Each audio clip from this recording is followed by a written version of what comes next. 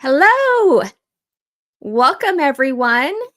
Good evening. This is Minnie, and I'm here with Beth, and we're here for Monday Night Therapy. John is a little under the weather, but he said the show must go on, and Beth was kind enough to agree to this. So we're going to utilize all of her volleyball knowledge. We'll talk a little bit about football, but we're so happy that you're here, Beth, because the girls were pretty dominant this weekend, weren't they? It's an exciting time for volleyball, especially Nebraska volleyball. And so, yeah, they were very good this weekend. I think everybody could say 3 consecutive sweeps of Wisconsin is a wonderful gift. I can't even imagine. I mean, that's just incredible. It really is unbelievable. I mean, they're such a good team, the Wisconsin's program. So, yeah, it is. We'll get into the details, but just that overall 3 sweeps of Wisconsin in this volleyball season is unpredictable. You couldn't have expected it, and it's happened. So really cool. So they actually defeated Dayton first on Friday night, right? Yes. So Nebraska was a host this weekend. So the Devaney Center had 2 matches to start off with, which was Dayton and Nebraska. And then Wisconsin played Texas A&M. And so that Wisconsin-Texas A&M one was first, and that delayed, I'm sure we all remember this, it delayed Nebraska and Dayton starting because that went to 5. Wisconsin and Texas A&M was really back and forth, almost ping pong match, their point, back and forth. But then, yeah, Nebraska beat Dayton. They were a fun team to play because they're, really athletic, smaller than a Big Ten team. But yeah, we beat Dayton. This was their first Sweet 16 appearance for Dayton. So a program historical mark for them.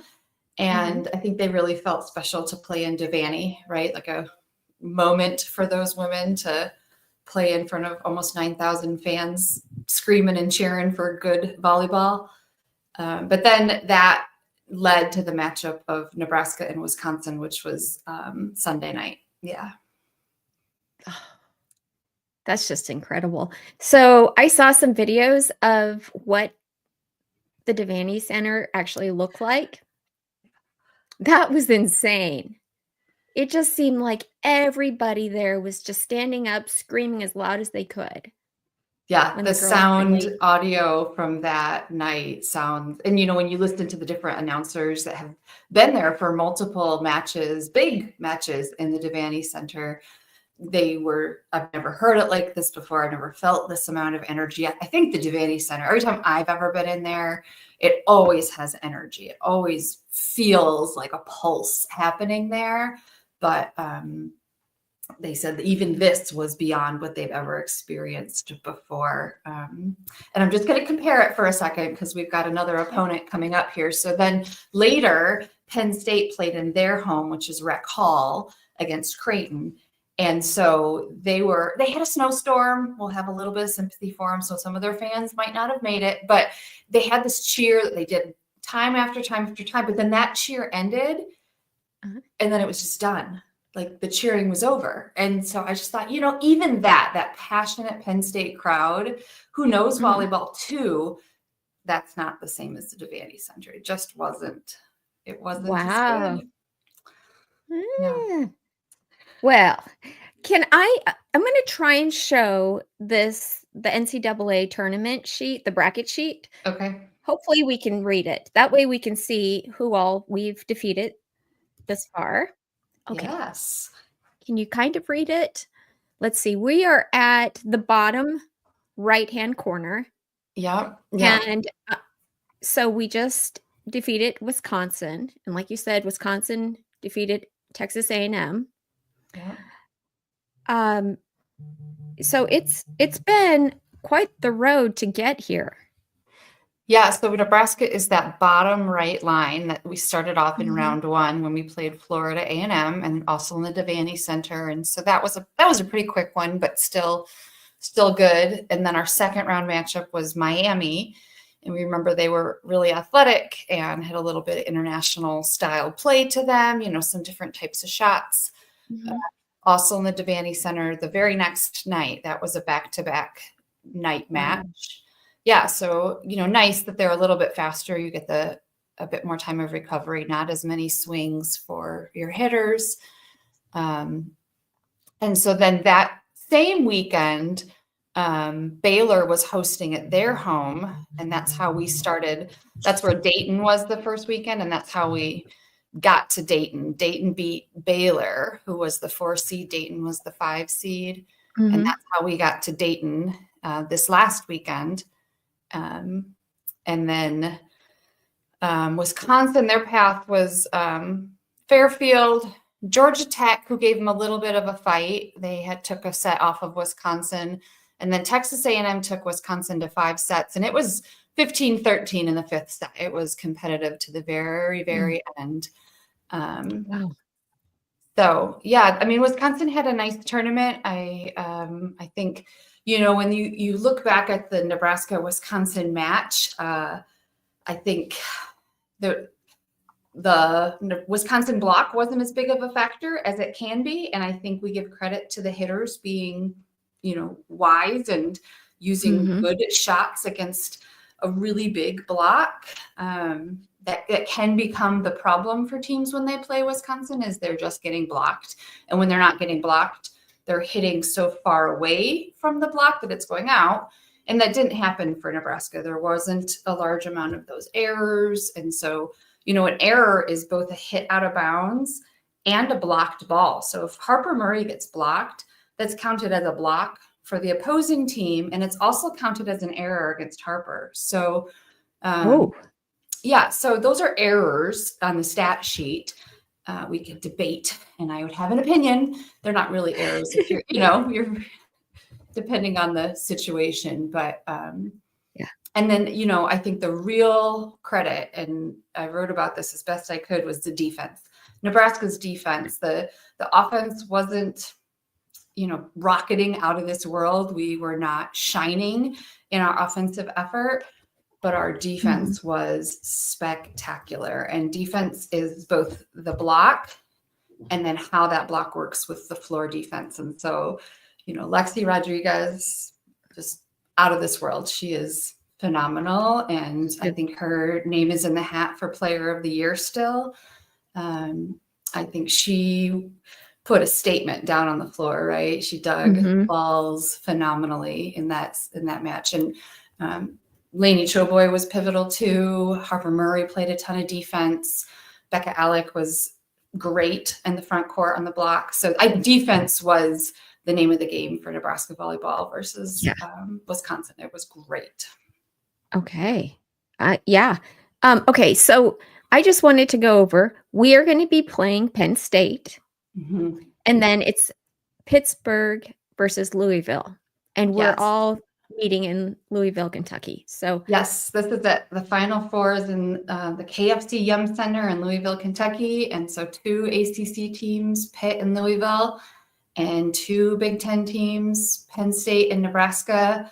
Pitt and Louisville have played twice already. And then, of course, we played Penn State the once. And they're all number 1 seeds. So that hasn't happened for 2007 or 8. 2007 or 8 was the last time that all 1 seeds made it into that Final Four match. I think that's amazing. I'm going to take this off now. So if, sorry, let me just do this.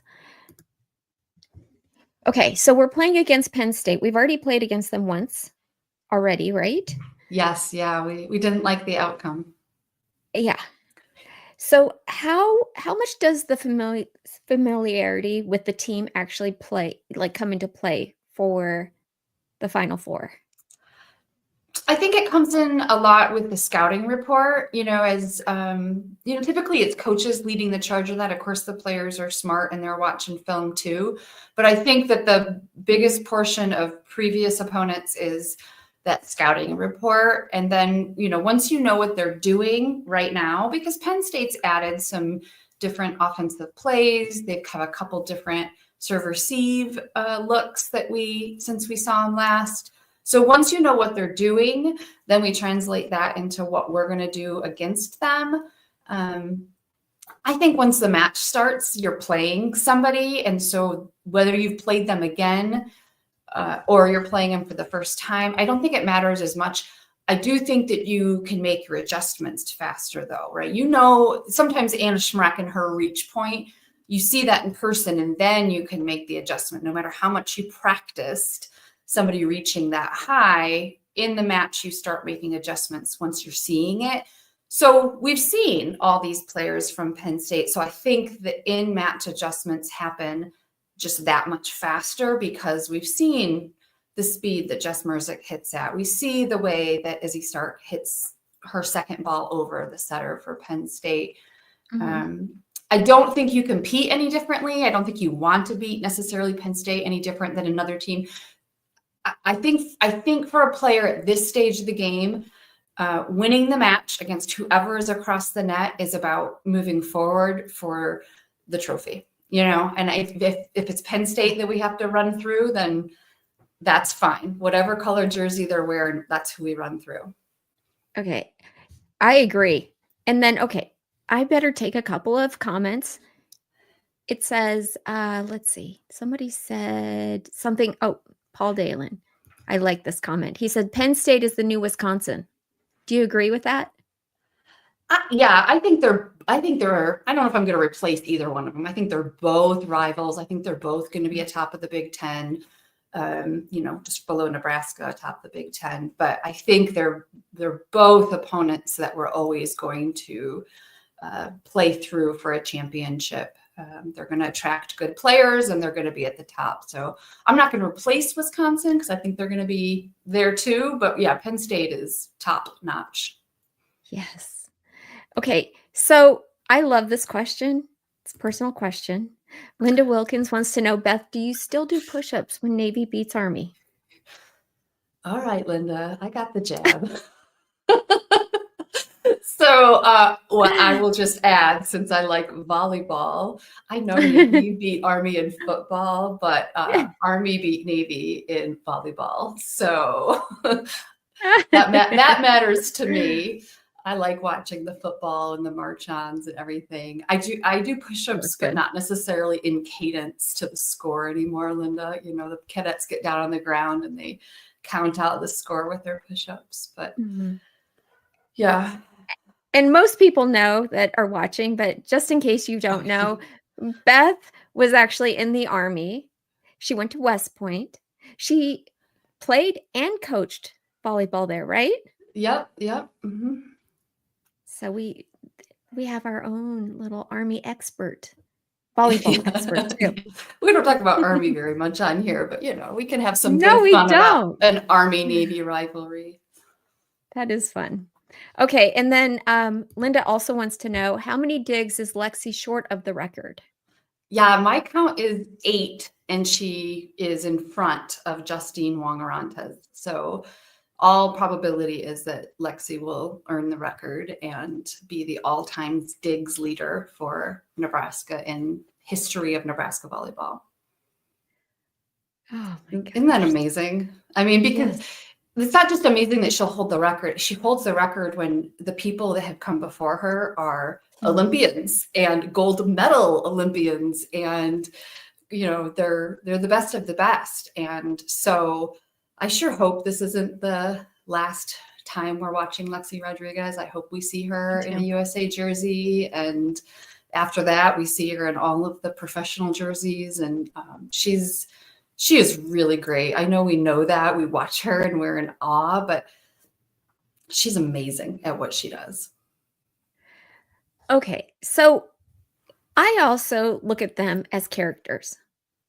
They are the cutest people ever. Lexi Rodriguez with her cute little smile and dimples and her raspy voice. I'm just like, oh, I want to bottle that. And then Harper Murray also could not be cuter. I just love these people. And maybe that's because they play for Nebraska. I'd probably feel the same way about, you know, other players if I rooted for them. But I just think we have so many stars on our team. It's great. Yeah, they do such a nice job of making themselves accessible and real too. I don't think that happens. I follow a lot of different people on social media, players and coaches and teams, and I don't think all teams and players are doing the quality job that both these girls and the NIL that Nebraska is doing. They're handling that fairly well. Even when there's some missteps, that ESPN special that talked through some of the mistakes that Harper made over the off season. And anyways, I think they'd handle it really well. And it's a lot of pressure, all of the attention they get and all of the high goals they've set for themselves, right? And they're upfront and like open about, this is what we're trying to do. And last year they failed at that. They failed in front of this big audience of this goal they publicly talked about. So I think they do a nice job. I have a question about that. Do you think that Husker volleyball is building a dynasty like what the Husker football did in the 90s? Do you think that's what's happening? I will be honest, I did not follow Nebraska football at that time. And I know I'm breaking hearts all over the place here, but my husband talks about it all the time. I was living in Michigan at the time, but yes, I think, from what I understand, from the feelings I can hear when people talk about this era of Nebraska football, yes, that Nebraska volleyball is doing that, is there. I think we're in the moment of a lot of glory, and of course a national championship in this year and subsequent years would just add to that. But I think we're in the moment that Nebraska volleyball is present and just in that inner circle of glowing. Yeah.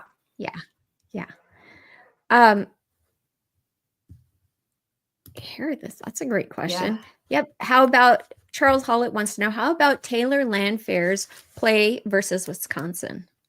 Yeah, she was pivotal, right? She led the team. She led all players in kills, including, everybody on Nebraska and Wisconsin. Sarah Franklin had one less than Taylor Landfair, if I'm remembering the stats right. She was great. She was really good. She limited errors. That's important. She makes errors sometimes because Taylor Landfair's superpower, and I think what Coach Cook loves about her, is she reaches so high. She's already 6'5", but she has these long arms and she can reach so high. And so he talks about when she gets her feet all the way to the ball, she's lengthening herself by being there and not reaching forward. And she's able to reach high on the ball. So she was great.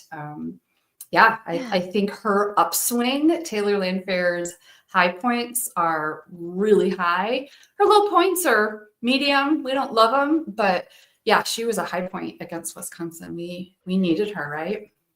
Yeah, that's what Coach Cook was saying, that whenever they were actually preparing to play Wisconsin, that he kept telling her, high and up. Yeah. You have to play high and up. Okay. So, Paul Dalen says, Husker volleyball has maintained a dynasty for 30 years. We won our first NC just a few weeks before the Fiesta Bowl. Is that true? I'm going to have to defer to Paul on this one. I don't have that stat in my head. Wow. Those are just things I don't That would have been in the 90s. That's okay, Paul. That is such a neat trivia thing. Okay. So let's talk about Penn State then. Yes, let's talk about Penn State. How do we match up against them? We are similar. We're very similar teams. And so I think that's a hard matchup, right? You're playing against a team that is doing the same things that you're doing strength-wise. And so you have to do them better than them to beat them. And they try to distribute the ball somewhat evenly, not quite as evenly as Nebraska does, but they try to get the ball to all five hitters. Of late, they have a right side attacker, Caroline Jaravicius, who is a threat. Earlier in the season, I wouldn't have said that. She was not a factor, but she had a little coming out party against Nebraska last time we played. And so when you have that right side attack, you're spreading the ball from pin to pin, the whole length of the net.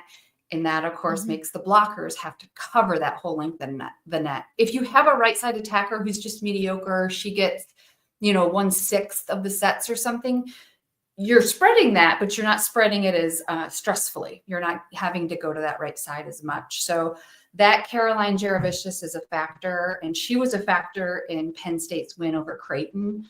That match went to 5 sets, and she was important to that win. She did something for Penn State to win that match. They also are a very defensive-minded team. They play littles, they play backcourt women who are meant to serve, receive, pass, and dig balls. That's their job. A couple of them that serve and are pivotal there too. So we are similar to them. Their setter is offensive-minded. Not quite as much as Bergen Riley. Their stats are similar, but Bergen Riley's slightly more offensive. They want her to get 1 to 2 kills per set. And Izzy Stark is Penn State's freshman setter, and she's getting under a kill per set. So, less, but she's good at it when she does it, when she goes, and she's a good blocker too. So strength for strength, we match up with Penn State in similarities. I think our middles are slightly better. Maggie Mendelson was another transfer out of Nebraska to Penn State, along with Caroline Jaravicius, and she got subbed out during the Creighton match. I thought this was interesting. Penn State has one woman from Nebraska on their team, and she's a transfer from Iowa State. She's originally from Alliance, Nebraska, which is way out west by me. Jordan Hopp is the 6'2" middle that came in for Maggie Mendelson, and she made a difference in the match. She shored up their block, which was Creighton was exploiting. So Jordan Hopp from Alliance, Nebraska, one Nebraskan on this Penn State team, and she made a difference against Creighton. So proud of Jordan Hopp, but don't try to beat Nebraska. No kidding.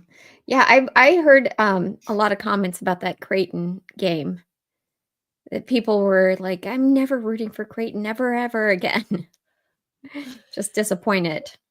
Yeah, I know people were torn on who to cheer for on that. I think I was cheering for Creighton, but I don't have the Nebraska history piece. I kind of liked Creighton. So they definitely had Penn State at times during that match. The first and second set were sort of opposites of each other. Penn State sort of ran the table in the first set. Creighton came back and did the same thing in the second set. And then sets 3 and 4 were very competitive volleyball. Creighton plays a ton of defense, highlight reels. And then in the fifth set, Creighton got them to a fifth set, but they didn't play well in the fifth set. They made some serve receive errors. Penn State is a good serving team. So that goes right into one of Nebraska's biggest strength is serve receive passing. And so, that's got to be good against them on Thursday. We've got to have not just, passes up, but passes up into the net, because that changes the offense that Bergen Riley can run. And it makes everybody more threatening when the ball's right in the pocket for Bergen Riley to run. Really all 5 or all 4 hitters. She's going to, sometimes have 3 hitters in the front row and 1 in the back. Other times she's going to be a hitter in the front row and then 1 in the back. So we've got to serve, receive, pass, and they're a good serving team. They put some pace. They put some movement on the ball. Think knuckleballs for baseball. I like that. Yeah, no, it really is. Sometimes it's a fastball, but the best serves and the ones that cause the most problems are these knuckleballs, and you can see them moving. What? That is incredible. No, they're wicked. Okay, they're wicked. I have to throw this up here because Dana Williams chimes in from Facebook. Thank you for commenting. He says, listening to Beth talk volleyball is like listening to John Madden talk football. I mean, I think that's a pretty high compliment. Aw, thanks, Dana. That is Did so my cool. homework. Somebody up higher in the chat was asking about Penn State playing outside of Rec Hall and what that does to them. And that applies to serving for them. Anybody that plays outside of their home court, again, think baseball, right? They always have the green wall for the hitters to see, right? They can see the baseball better. And so when you're serving and the backdrop is different, you don't have to have a uniform backdrop in volleyball for the server, but it's the same idea. You're contacting the ball and you're seeing where it's going, and you're serve receiving with a varied backdrop. So in a new arena, serving and passing is the first thing you practice when you get in the gym, because you want to get used to the backdrop and the way you're going to, the way your serve is going to happen in that arena. It's one of the reasons, Nebraska went there twice earlier in the season. They played in the KFC Yum Center to gain experience in that exact arena. There were these Final Four and national championship matches will be played, and to get a routine, right? They probably figured out a few restaurants that they like. They checked out the hotels. They'll have a bit of their home routine because of those early season matches. And that was not a mistake. Coach Cook absolutely planned to return after those early season matches. Yeah, for sure. Okay. So I want to know, what key strengths do you see in the Huskers game that could give them an edge in the Final Four? You said Penn State matches up pretty closely to us, but certainly we have an edge.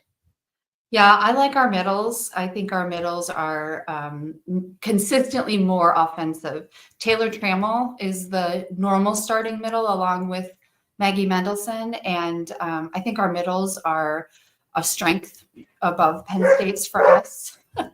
My dog's agreeing with me. And she's guarding. Who is that? It's Miss Annie. Okay. Annie.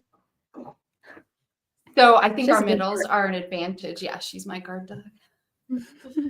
And I also think our serve receive passing, I think that has to be a strength for us, and it is a strength for us. We are a more consistent serve receive passing team. And in these big moments, serve receive passing is really that fundamental thing that must work. It must be the beginning of the rally for any team. Yeah. Okay, so Sally Ramsey says, should the Huskers stay aggressive with serves? Yes, and yes. I think service errors do matter. I know there was a lot of Kevin Hamley is the Stanford head coach, and he had some fun interviews where, Stanford people are really smart. He didn't graduate from there, but now he coaches there, so he's instantly smart. And he just said, we don't care about service errors. They do not predict the outcome of the game. And Stanford had more than twice the amount of service errors to service aces, which is normally out of whack. You want those to be 1-for-1. But I don't think we need to worry too much about service errors. A service error at the wrong time can absolutely impact the outcome of a set. But a service error in a 10-10 situation, or even a 15-15, if you get at 20 and you start making errors, but when you get to the Final Four, if you do not serve an aggressive ball, if you do not start the rally offensive, then you're going to get the ball jammed down your throat. If you give Wisconsin a ball they can pass, if you give Penn State a ball they can pass and it goes right on their setter's head, they will run anything they want and they will jam the ball down your throat. So yes, we must stay aggressive with serving, and that probably means we miss a few. It's okay. It's okay if we miss our serves. Okay. You heard her here. Okay. I like this question too. Charles Hollett wants to know, why do they map the court weird? I saw the 1, 2, 3, 4, 5, 6 graphic on the match and was mystified how they came up with that map. Yeah, it's counterclockwise. You start in the serving position. Okay. So you're in that back right corner is 1. And then you go forward to the net to 2. Right front is 2. Middle front is 3. Left front is 4. left back is 5, and the middle back is 6. So it's a counterclockwise starting at the server. I don't know that history of volleyball. I don't know. It makes a lot of sense for, somebody who's played for a long time. That's just how you line up. It's how the coach calls your serves. When you watch Coach Cook and he's got his hand behind there and he's saying 1, 1, 1, he's telling her to serve to that graphic, to that back right corner as you're looking at her, as you're standing in it. And so, yeah, but you're right. It does seem counterintuitive. I can agree with that. Yeah. Clockwise. We do everything clockwise. Yeah, except volleyball.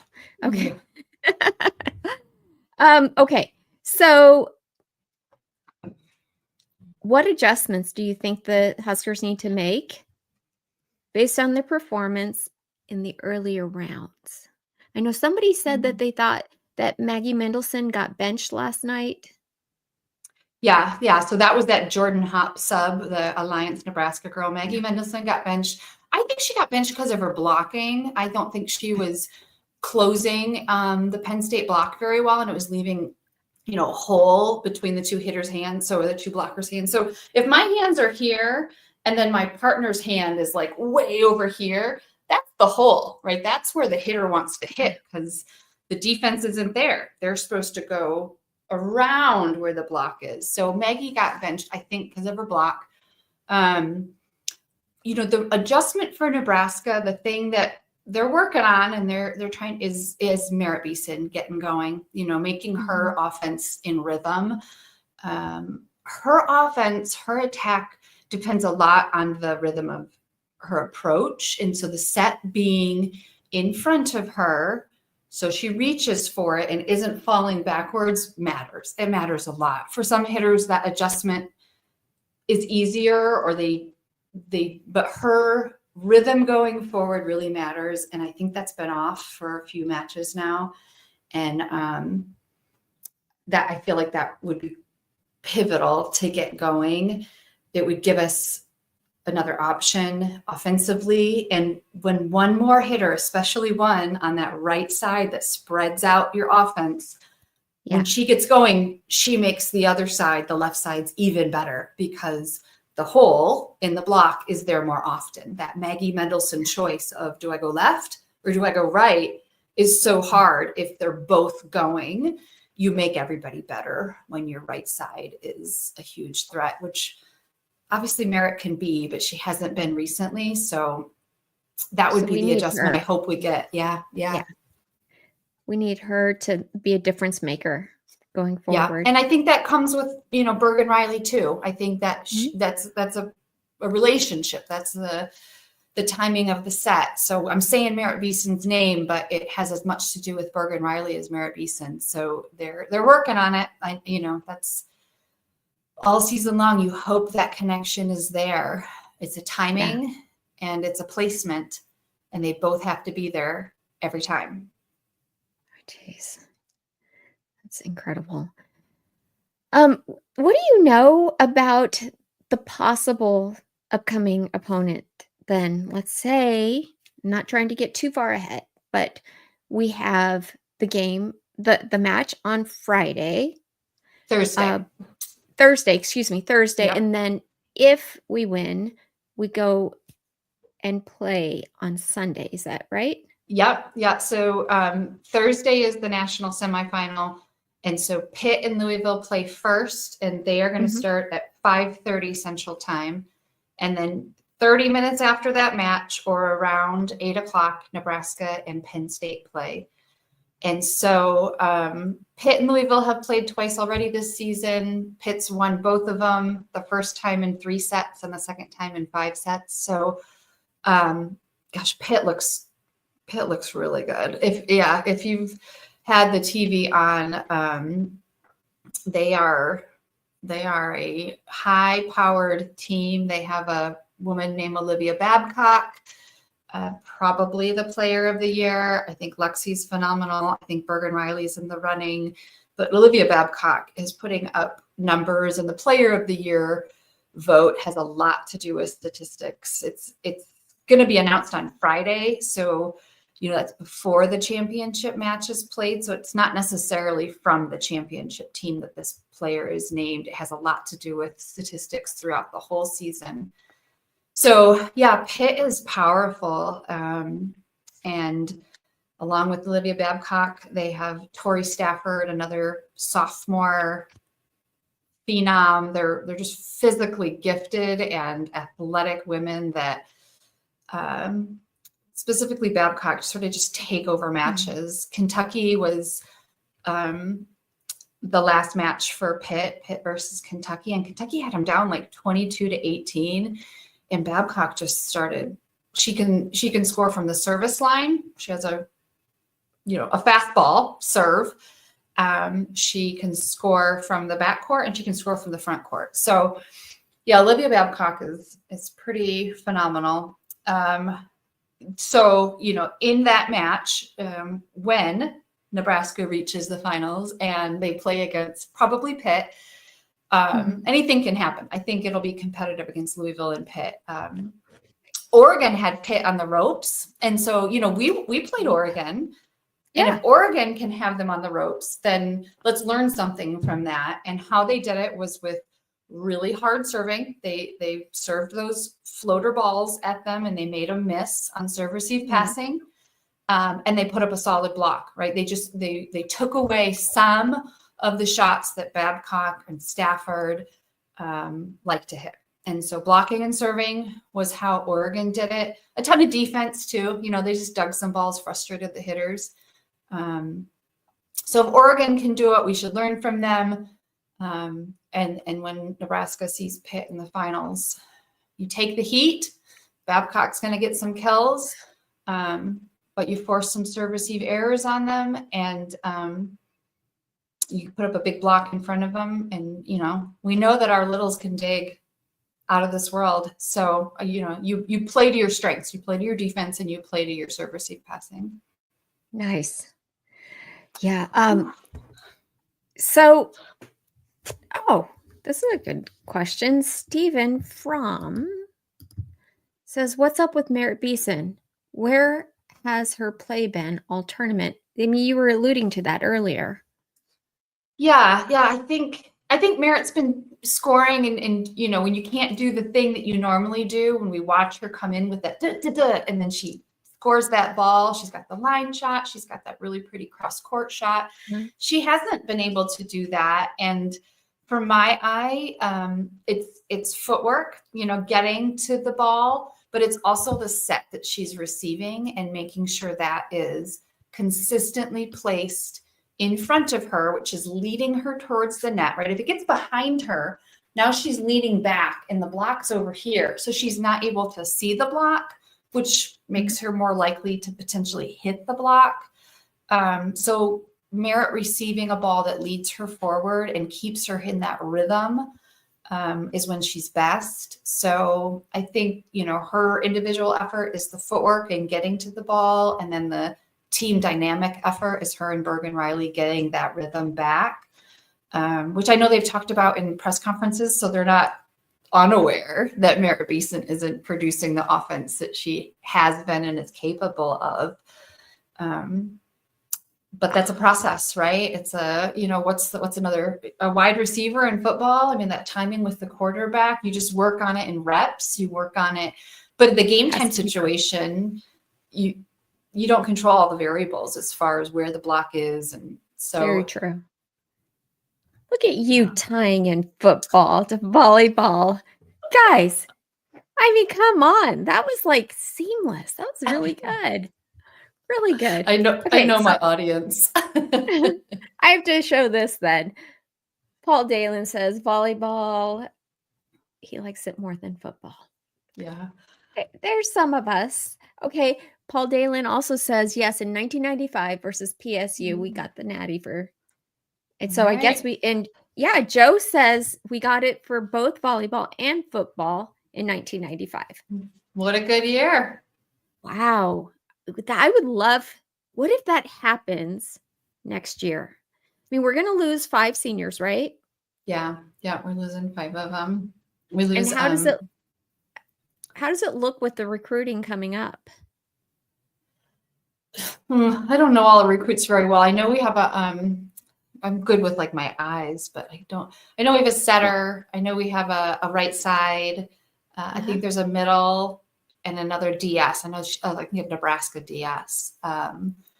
There's another question here about bringing in an outside hitter from the portal. I don't know. I think our right side, I could see that as a possibility. But on the left side, we'll have Harper Murray.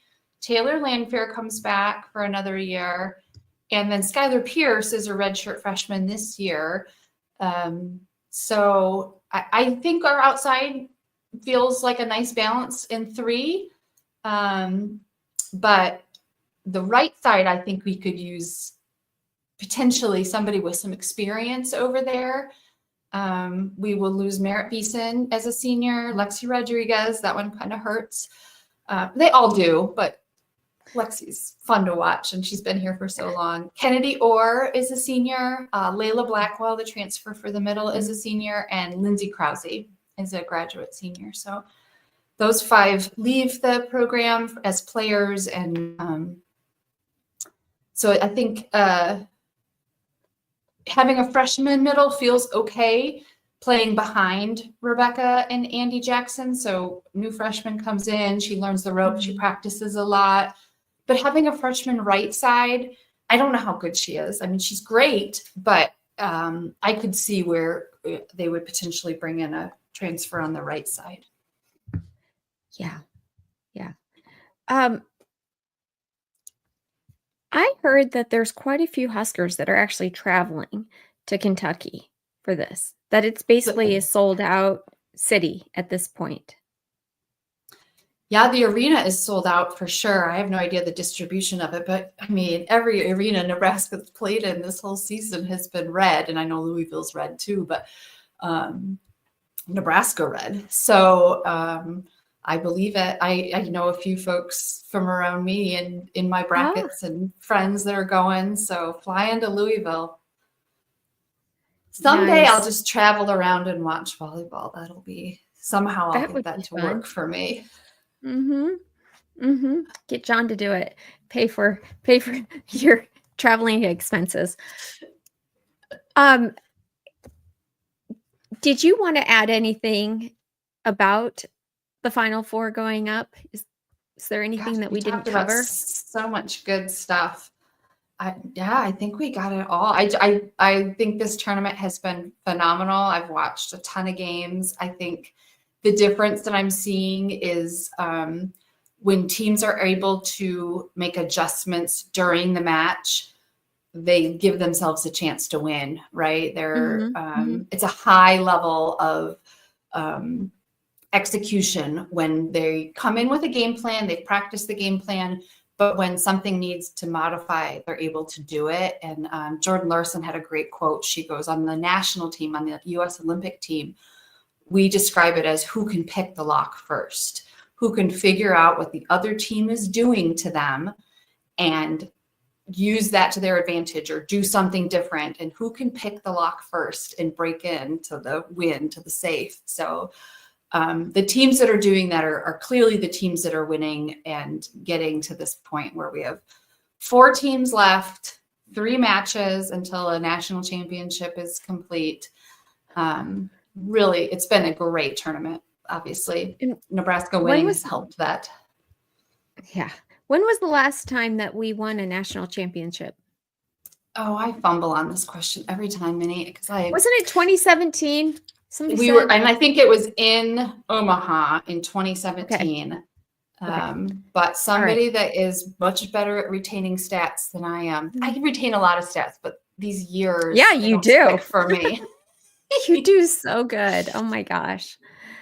MK wants to know, and please hit the like button.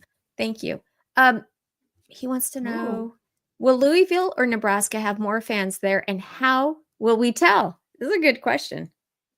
I mean, I don't know how you'll tell. I guess, they hold up the thing I don't think we have a hand motion. So I guess if they're holding up the L, then they're Louisville. But I think Nebraska, obviously they're in Louisville, but gosh, Nebraska fans they live everywhere to start off with.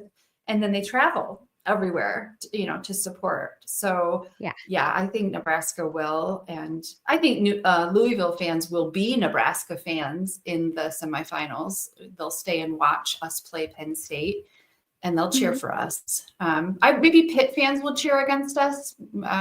Maybe we're the more dangerous team versus Penn State, but I like that. Yeah, that's a compliment. Cheer against us because you fear playing us. But we'll see. Well, maybe the Pitt fans will go home and take a nap. So, real quick, before I let you go, I want to know, what is it like whenever you're watching a volleyball match? Are you jumping up and just like acting like, because you used to play volleyball? Yes. If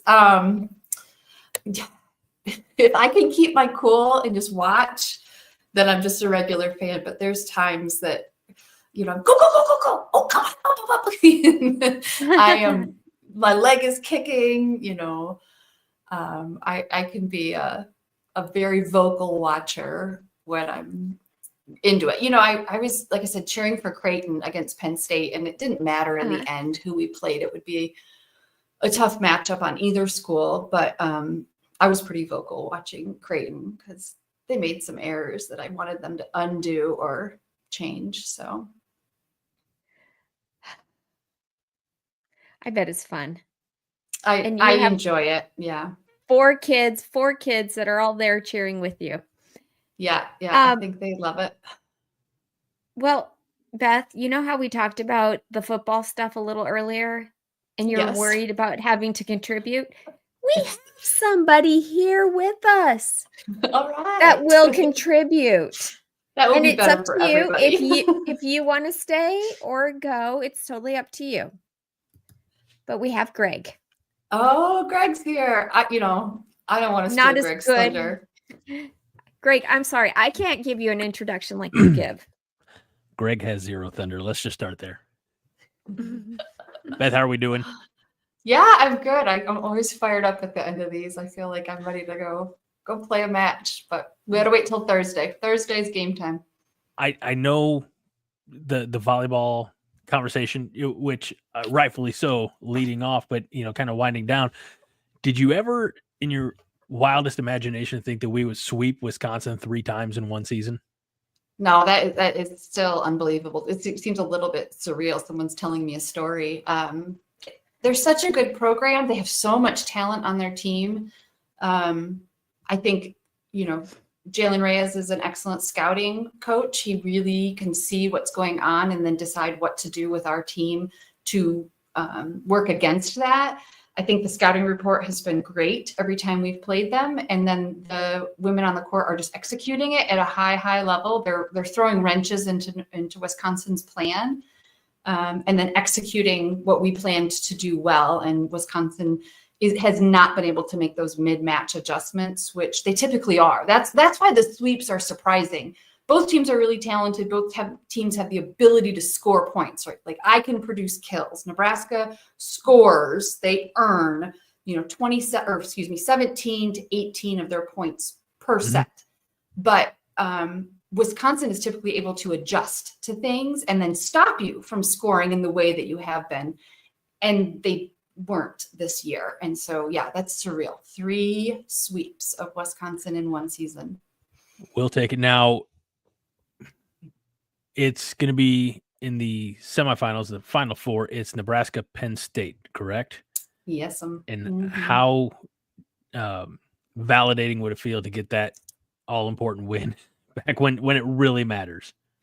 Yeah. That the one in Rec Hall was obviously tough, and probably the way Wisconsin fans feel about their losses to us. But this one would really matter. This would feel good, and it makes you feel good that you could learn from a loss and come back and have the ability to make yourself better. We're a better team for the loss you gave us, and now let's beat you at the things we saw you do to us and show you how we've improved. That growth would be fun to see.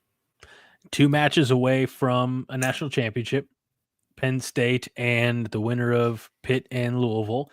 And obviously, Pitt has been atop the rankings most of the season, and Louisville's Louisville, and that comes from the John Cook coaching tree.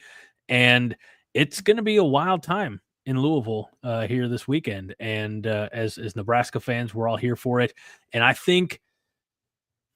I know that the profile is higher, for women's college volleyball now than it ever has been, and rightfully so. And I do think Nebraska has certainly played a fair part in that. When you look at Volleyball Day in Nebraska and the all-time attendance record, I think it is best for the sport, best for viewership numbers and sponsorships, etc., if Nebraska makes it all the way to the final.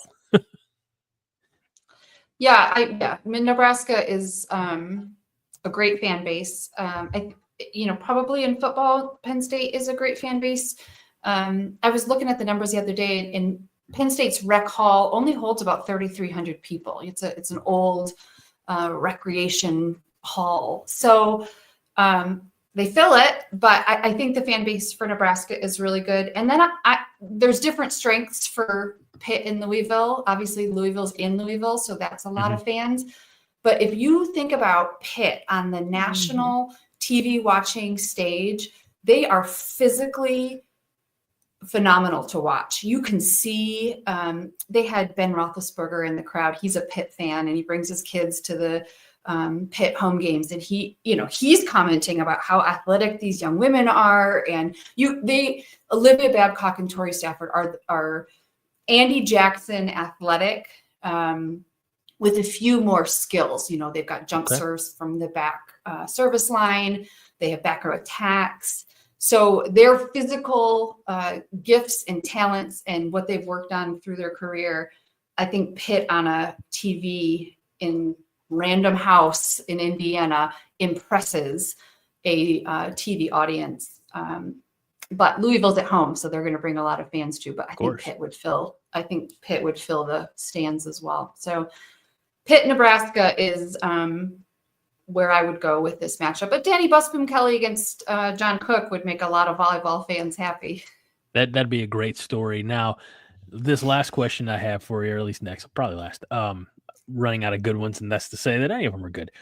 Assuming Nebraska wins the national championship, we're putting the cart before the horse here. Good assumption. Thank you. Harper Murray, tournament MVP? I think it's Lexi Rodriguez. Okay. Maybe Bergen Riley. That makes sense. Harper Murray is phenomenal. She is our best attacker. The great part about a balanced attack is that it's hard to stop. The bad part about a balanced attack is you don't have a player of the year, right? Sarah Franklin was player of the year because her numbers were off the charts because she got set a ton. Maddie Skinner got set a ton. Olivia Babcock gets set a ton. Harper Murray doesn't get set as much as those players. She might carry that load, but that's not the team that Coach Cook is creating. Right. So Lexi Rodriguez or Bergen Riley, I think, are more likely for player of the year with a national championship. I saw a meme video, something that was Nebraska volleyball related. And it says something like 70% of the earth's surface is covered by water and the rest is covered by Lexi Rodriguez. So, but then it had a video clip of her making some phenomenal plays yesterday against Wisconsin. So we're all here for more Husker volleyball. And we thank you for, I say, the premier, the elite volleyball coverage that happens. It's right here at Corn Nation. So Beth, thank you for all that you do for the website, for the sport. Well, it's clearly my pleasure. I love talking about volleyball. I'm going to get a video up tomorrow that talks a little bit more about the Penn State matchup and some critical parts for Nebraska. We'll get another video up with the whiteboard. Nice. Wow. We need more. We all need whiteboards. I don't know what I would write on mine, but I know Haas wants a whiteboard, and we I don't need one. No? Okay. I have my notes. That's fine. Yeah. All of Minnie's organization is off camera. Everybody else, we need the visual stuff. But I'm just a guest here tonight. So Minnie, I'll let you whatever. No. Are you kidding? Let's go back to our routine. Anything else, Beth, that you have volleyball related? No, I just Thursday night, Pitt and Louisville play first. It's on ESPN on Thursday, 5:30 for that first match. And then around 8:00, it's going to be 30 minutes after that first match ends. Then that's when Penn State and Nebraska take the court. Cannot wait. It'd be exciting.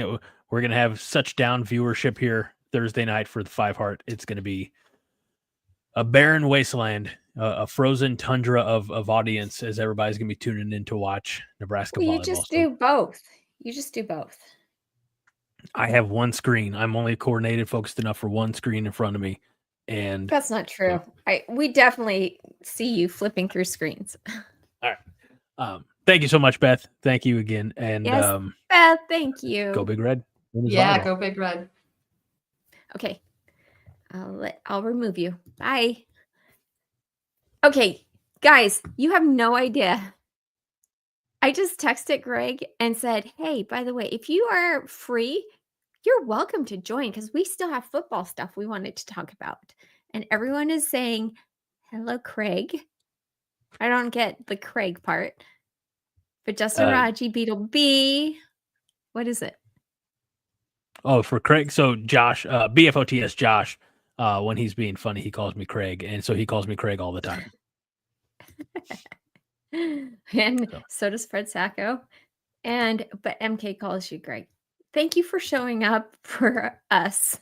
I appreciate it. Real quick, and I can actually answer this question without Beth. Vince Watson wanted to know how many more digs does Lexi need for the Nebraska dig record, and I believe it's 8. I 8 to tie, 9 to have the record. She's at 1,882. So 8 more will tie it, 9 more will make it her own. So she did answer that. Oh, but sorry. Thank you for clarifying. Did she answer earlier in the show? Yeah. When you weren't here. I can only do so much with the comments that I see right in front of me. So let's talk about this one right away from Fred. Fred was worried that I entered the portal with Dante Dowdell. That's funny. Were you thinking about it? About entering the portal? Yeah. I don't know where I would go. Get Champagne more room, money somewhere else. Hammer and rails. He's like Minnie's on Monday night, so I need to enter the transfer portal. I'm just so glad that you're here. There, the comment section. I got a point. I remember what side I'm on. This. I know this is over weird. Here. It's fine. They need the consistency, and with no John 2 weeks in a row, they needed a face that they could trust, and that's that face over there. So I try. Charles, I try to have a trustworthy face. Charles Hewlett says 1,882 is also how many players from the portal. Hey-o. And and with roster, numbers being capped, again, this is not a secret surprise or the first time it's been said on this channel, but you can expect that lower divisions are going to benefit from all these guys who are going to need places to play football if they're going to end up, wanting to stay in the game. They're not going to be able to play in the FBS. They're gonna have to go to FCS or trickle down. So trickle down economics, trickle down football. But what is so weird is we grabbed a player from the FCS recently. Who did we play? Grab. What happened? We have a new long snapper. Oh, by God, it's about damn time. Here's the thing. We're not even to the off season yet, and the long snap conversation is already continuing. Okay. The reason why is because his PFF rating is like 99.9. It's kind of ridiculous. It's like 87. Our PFF rating for our 2 long snappers that we had was 25 and 48 for the season. We were desperate and we went out and got the best long snapper there is. Yes, we did. His name is Kevin Gallick. And he's from New Hampshire. Yep. But being that he's transferring, he's not able to play in the bowl game, is he? That is correct. Yeah. That's a bummer. We'll be without our regular. I mean, our We'll be without a good regular. long snapper, a veteran long snapper, a quality long snapper. We actually would have probably won 2 more games with just a better long snapper. The Iowa game and the Illinois game. Yeah, you could say that about. They were bad snaps that made us miss the 3 points. But you could say we would have won 2 or 3 more games with a better quarterback. Is there a better quarterback? No. Yeah, I mean, statistically, I remember at the beginning, like through 3 or 4 games, he was the number 1 true freshman quarterback, and now he's like number 5. So that's because of the wide receivers. Oh yeah. Yeah. All right. So talked about the long snapper. We got Well, do you want to talk about him first? Okay. Well, that's how we opened up the conversation with Fred wondering if I entered the transfer portal like Dante Dowdell. Oh, that's right. That's right. So, okay. Yeah, I was really surprised that happened just a few hours ago. That first it was Emma Johnson, and we're like, if you had hair, you were pulling it out. Not Emma Johnson, and now Dante Dowdell, who, declared his intention to enter the transfer portal. 12 rushing touchdowns this year. I think might have been BFOTS Josh, who is not with us live tonight. But he said, I want to make sure that I get this right, because it was so he said Dowdell hit the portal. He said, well, he tried to. There was a dude standing in it, and he ran straight into him. So and broke his arm. That's right. Shout out to Josh for that one. So that actually was funny. Oh my gosh. Well, it's Josh. Josh is a funny guy.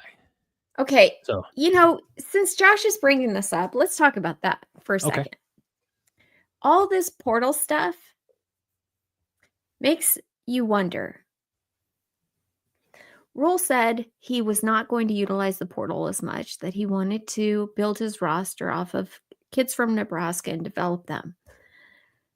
But looking at what Colorado has done, what Dion did, do you know that they have like a handful of guys going to the NFL? Right. They have a Heisman Trophy winner who doesn't like to tackle. And they were really good, other than playing us, of course, this season. And I just wonder, is that the new way of things? Going to the portal? I think Rule came in with every intention of developing, developing players, wanting to do it in the, I don't mean this in a derogatory word, but in the old school way of doing things, getting the high school kids, coaching them up, getting them, building a team around them and getting them to the next level. But the NCAA that Matt Rule left several years back is not the NCAA that he came back to in 2022. The transfer portal, NIL, it has completely changed the game. And to his credit, I think he's not digging in his heels and saying, well, no, we're still going to actively, focus on, prioritize high school kids. I think it's probably 50-50. I think he's giving, look at, we've talked about this, just in the last couple of weeks, his goal of getting 20 transfer portals, 10 on each side of the ball, and I don't know where a long snapper fits in there. Who knows where a long snapper fits? Well, hopefully we only need one next year. You know what I mean. But the idea being, you have to get guys who are kind of already developed and, disgruntled, unhappy, whatever it might be. And you have to get them. So again, there is an immediacy there. I think Matt Rule understands the urgency at Nebraska. So I think, again, to his credit, he is not wasting time. He's not sitting back and letting the old school mentality dictate how he's coaching in 2024 and beyond. No, he's like really good at pivoting. Pivot. Not very many players are. Not very many coaches are. Okay. So Craig, Yes. living in Omaha, David Matney says, I think it's both, Greg. You are spot on. I'll tell you what, you And I get don't living have in to- Omaha, I don't David have to Matney. say- No, you don't have to say that now. It's a Oh. different night. You don't have to say it tonight. See?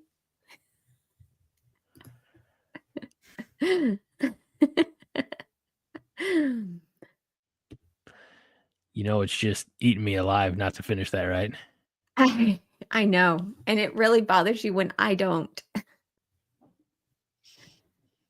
How is he the official realtor? That's what I need to know. I never could figure this out. And I am your co-host. One question at a time. Or Aaron Keene says, whoa, John sure looks weird. Yes, he does. Yes, he does. We hope that he can rejoin us next week. So, how did David Matney become the official realtor of the... you know what? That sounds like a wonderful story for this Thursday's very special Christmas special of the 5 Heart Podcast. Yes, it does. Okay. 9 o'clock Central. Sorry, volleyball. Okay. Charles Hollett wants to know, David, how dumb is it that they have the portal open before the season is over? Don't you think that needs to change? It's tough because the season technically ends in the middle of January when classes at new schools are already beginning.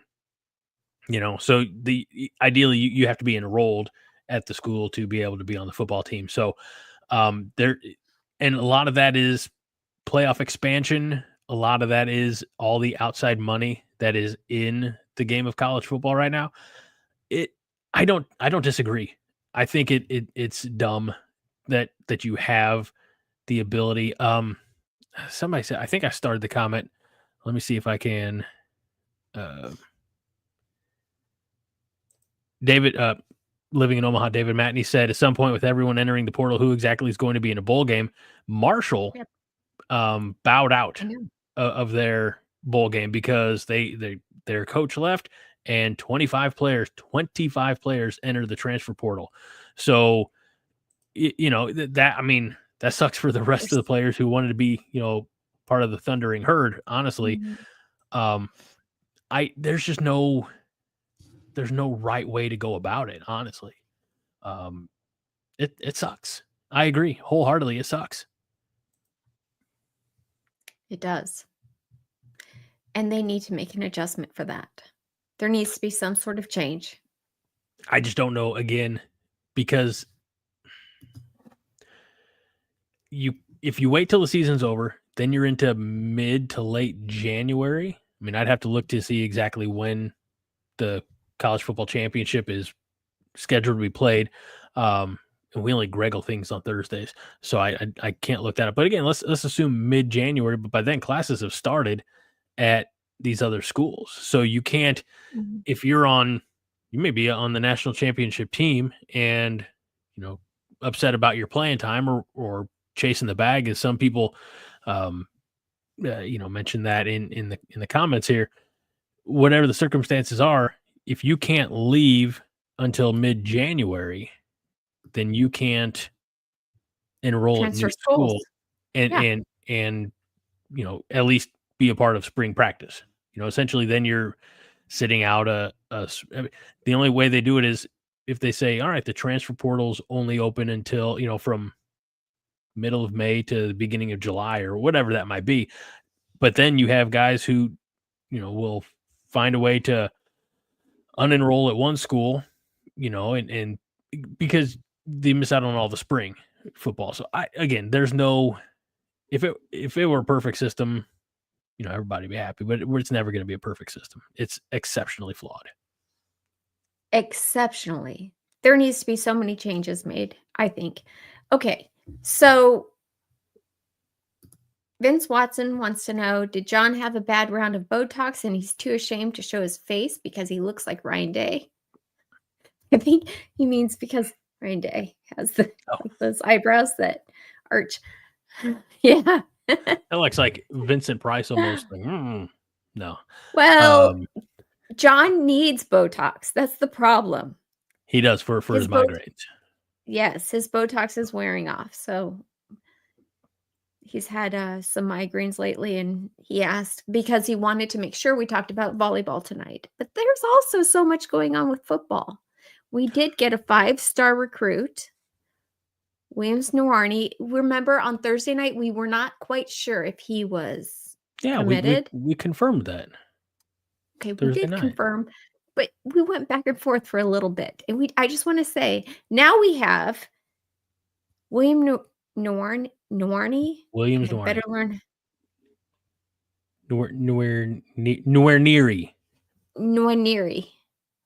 Okay. That's my story, and I'm sticking to it. We have him as our top recruited player ever with Dylan Raiola. Oh, yeah, with Dylan Raiola.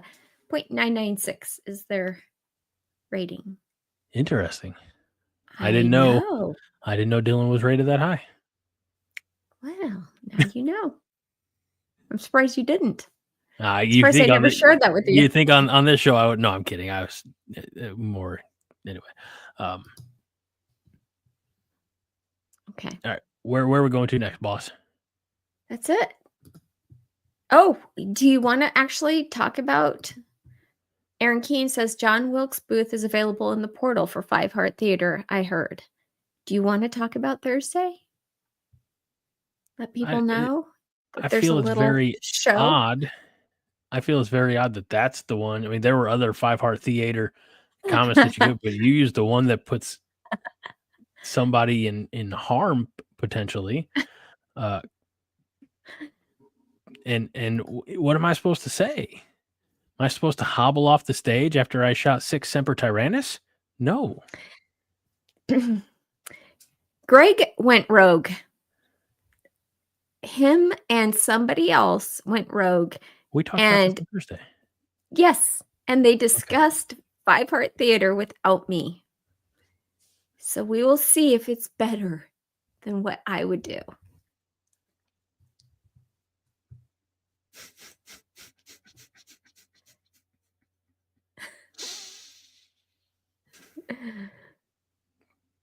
Aaron. I didn't even see that. I wasn't even down in those comments. I was up in higher comments. So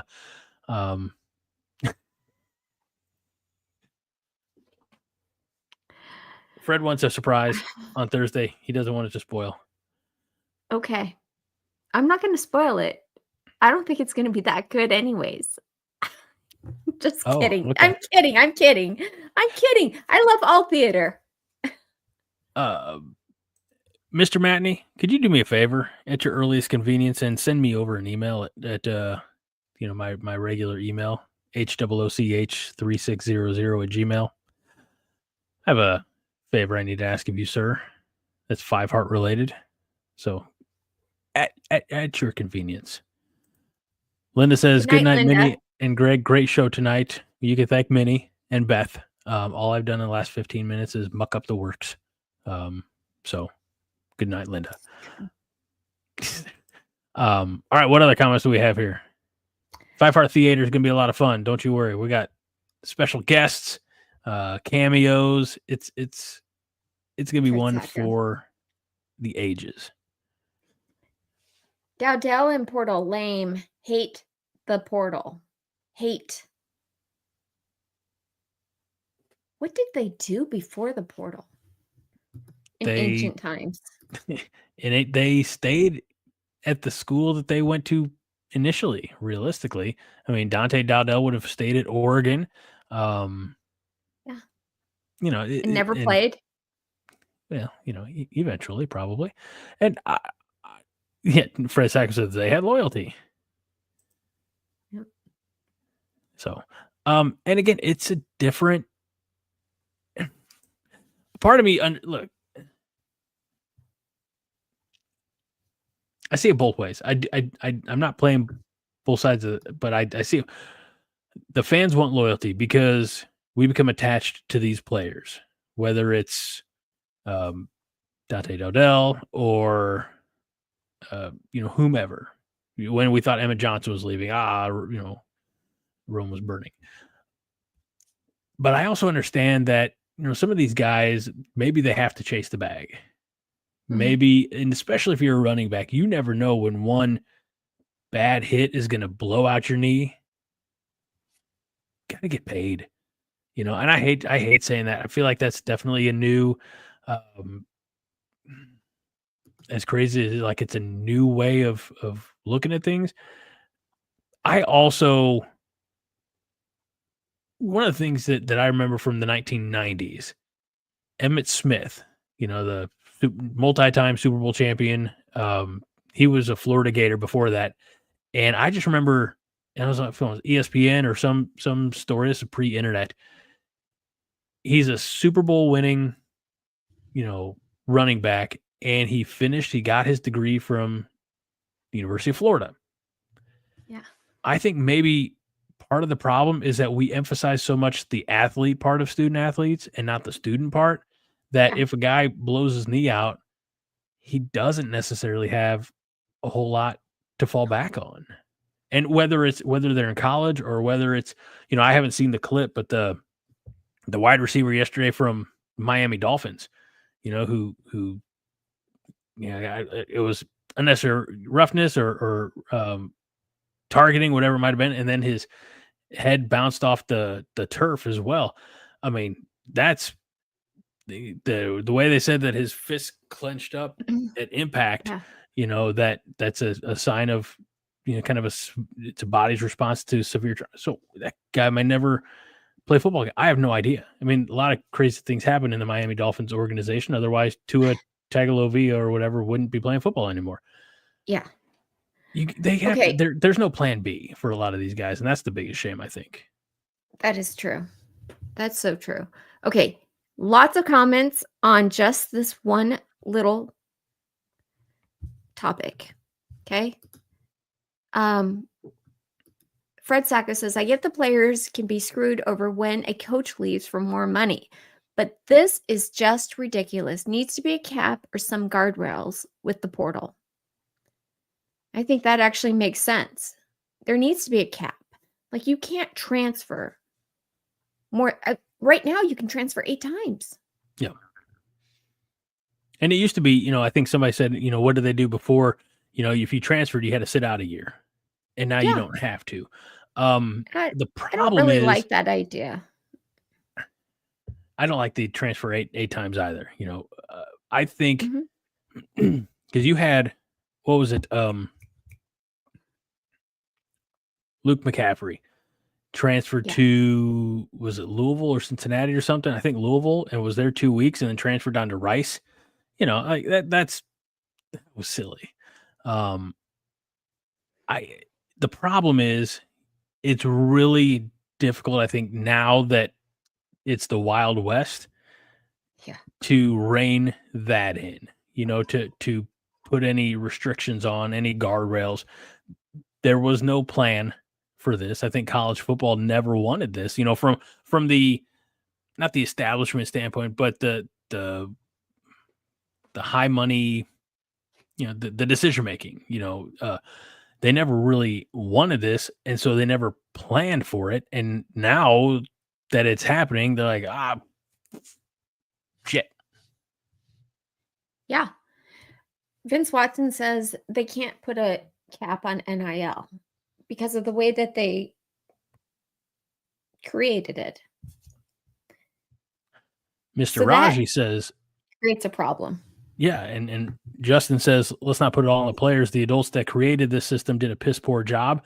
If you get a call from a school that offers you $150,000 to $200,000, a lot of people would take the money, and that's exactly what it is. I mean, let's say it wasn't. Let's say you're a football player at Arizona State, Okay. and Cal, or let's not even go Cal. Let's say you had a pretty solid season. Mhm. Kansas State, Manhattan, Kansas offered you, whatever, scholarship and $200,000 to go to Kansas State and continue your football career. Yeah. And I'm just using that as a nice. Would you do it? I mean, it's too. You still get, Especially if I was a running back or I mean, an honestly, offensive lineman. I don't even think it would matter. I mean, unless Yeah, you're. no, it does, because your chances of getting injured are so much more likely. No, I understand that, but unless you are a legacy player, maybe sometimes I think we've seen that doesn't even matter. But unless you grew up a Sun Devils fan, again, I'm just using that as an excuse based on proximity of your location.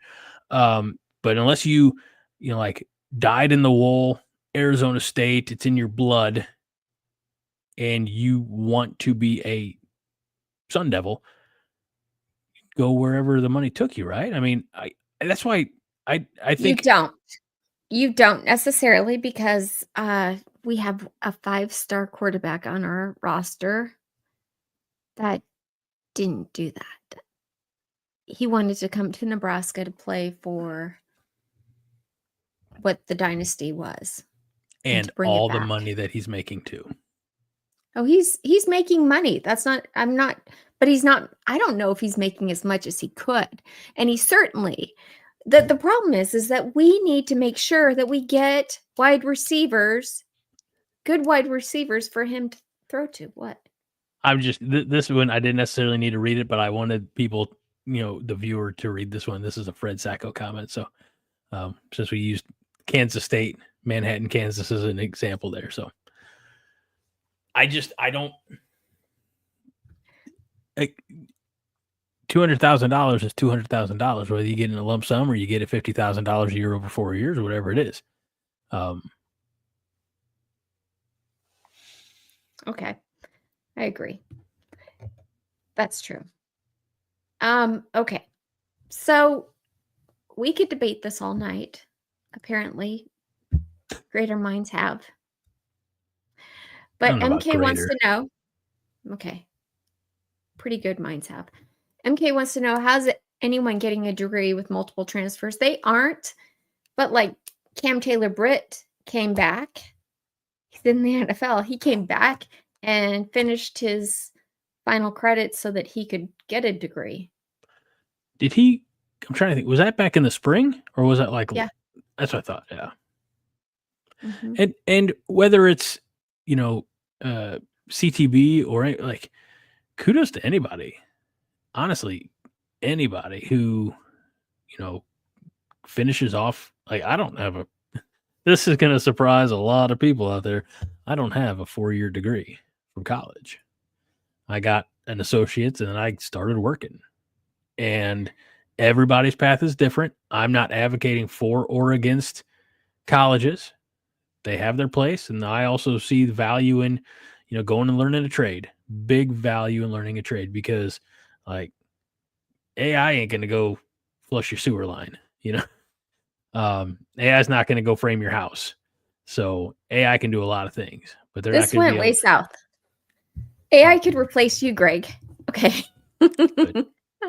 Or for all we know, it already has. If Ty Robinson, he got his doctorate. That's pretty cool. Yeah. No, actually, he got his PhD. He's a doctor. I forget what kind of doctor, like some sort of physical therapy. Love that. Love that. Good for him. Okay, Diamond Dave chimes in, and he's actually made more than one comment tonight, which thank you. And if you guys don't know who Diamond Dave is, he's my husband. Some people don't know. We don't have many good players on offense, so losing some doesn't matter. And I just think that is just like a piss and vinegar statement. It is so wrong. How could you even say that? We don't have many good players on offense? Oh, jeez. The only reason why I showed it is because I felt obligated. I'm trying to think of how I want to respond to that. You can disagree. Go for it. Please. The problem is, it's not that I don't disagree. I feel like some of our best players weren't utilized enough. It took too long for Emma Johnson to be elevated to primary back.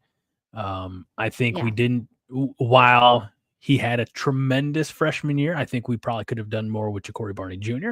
Same with Jalen Lloyd.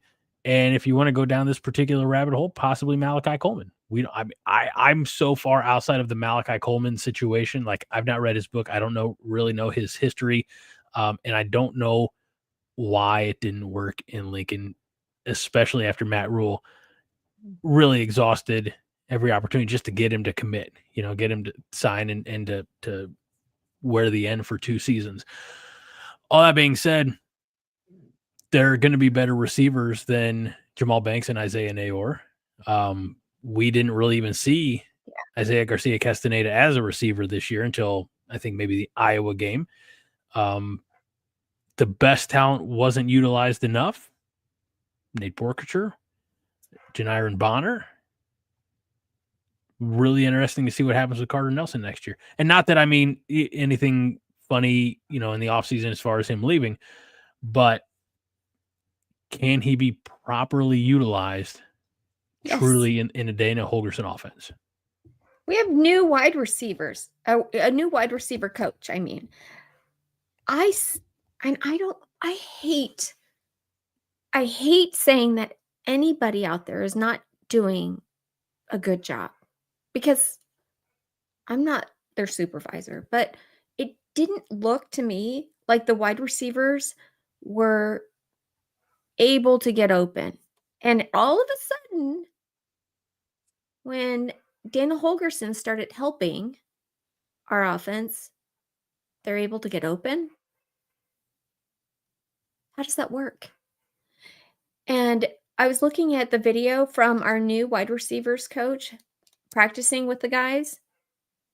I mean, he seems on it. Mm-hmm. I'm really, really excited about this. And I think what I liked most about is it Dykeel? Yes. Dykeel Shorts Jr. Sorry, Fred, you only had Dykeel eat my shorts, not Dykeel eat my shorts Jr. He played the wide receiver position. Yes, it was under Dana Holgorsen at West Virginia. He also played in the NFL. His predecessor came up out of nowhere, and I know you were not a huge fan of he's already off the coaching staff and out of my brain. Good, but all right, I'm going to go way off the rails here. We live for you, even for me, we live in a country where it's supposed to be innocent until proven guilty. Okay. We have to take that with a little bit of grain of salt, but that's our judicial system. Yes. In college football, especially I think at Nebraska, there is no innocent until proven guilty. You have the burden of proof is on the coaching staff, the players to, and I'll say more so the coaching staff. The players, I think, are given a certain amount of grace because they're 18 to 22 year olds, as Coach Short said in that video. But as fans, we expect them to earn it, and we expect them to earn it right away. Let's see. Here we go. Thuzero says Rule gets 2 more years for those that are whining. Can't believe people are complaining after our first bowl in 8 years. And I'm not complaining. I think it's fantastic. I'm so excited. I'm truly excited for this bowl game and the opportunity that it affords the guys who've stuck around, like the Ty Robinsons, and Isaac Giffords. And I'll say this, even though he's not the most popular person, but even the Bryce Benharts, I'm so excited for those guys. But those 15 extra practices and what they're going to do for next year's squad, that's it for me. Yeah, same. And on that note, Greg, I think that we should end the Monday night therapy portion. Should we just, and then like hit pause and start Thursday's 5-heart? Just Now? right after. No, I'm not ready. I don't have Oh my gosh. beard. I don't have my You're beards never in yet. ready. You are never ready. I don't have my beards yet. Okay. So not until I get my beards, then we'll be properly Beards? 5-hearted beards. I don't have any cold beers either, but my Okay. my beards. Hi everybody, this is the 5-heart theater. That's Oh, are you making fun of me? maybe a little bit. Needs to make a Yingling run. That's it, Charles. You got it. Mr. Matney asks, what good is 15 extra practices if everyone's in the portal? Well, that's the bonus, is the 15 extra practices are for everybody who's not in the portal. We can gripe about it, or we can support the guys who are still here.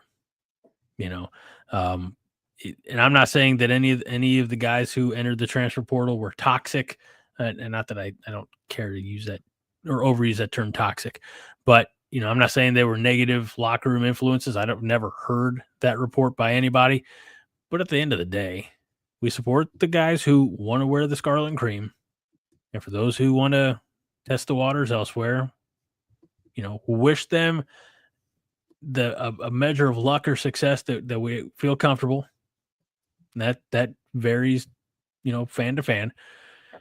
But at the end of the day, we got to support the team that's here. We have to, and we will. I'm excited for the bowl. I'm excited for the extra practices. I'm excited for the spring game. I'm excited for 2025. I'm excited for Husker fandom, my Husker fandom, going forward. And I'm not trying to call anybody out, but Mr. Matney, you support him too because you're here, and I love the fact that you're here, and I don't even mind the. Well, let's see if I can find it in here. The pitchforks and torch and pitchfork. Like, I don't mind. I can. Oh. None of that bothers me. I don't think it bothers them.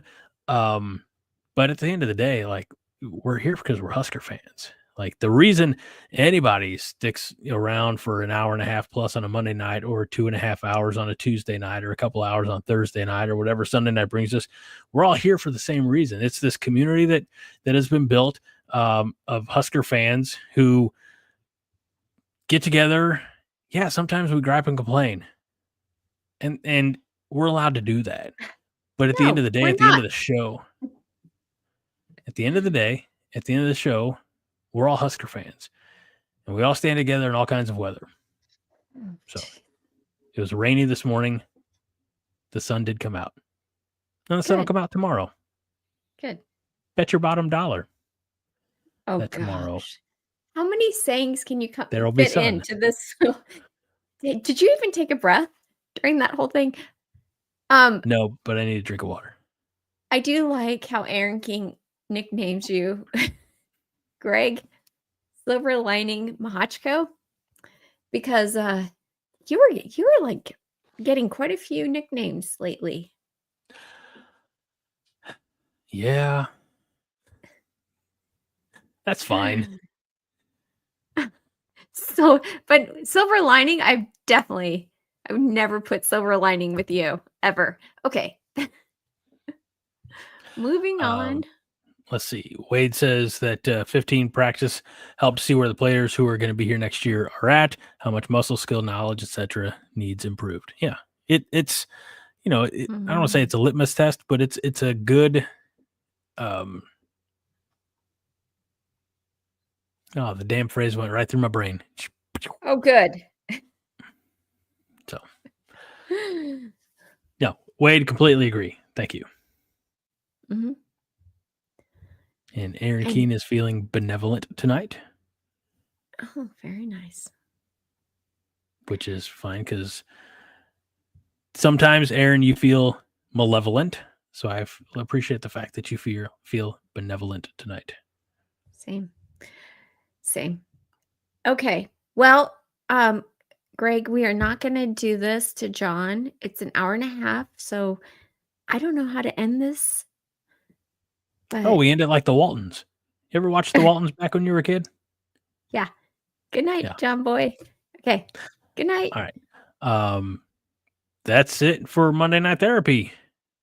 And all of you who are here tonight, we'll see many of you again on Thursday. You're all welcome. Please join us Thursday night, 9:00 Central, for the 5 Heart podcast, very special Christmas special. And of course, tomorrow night with Andy Ketterson for Husker Happy Hour at 8:00 Central, right here on YouTube, Facebook, and X. And thank you all for coming out tonight. And good night, Minnie. Good night, Greg. Go Big Red, everybody. All right.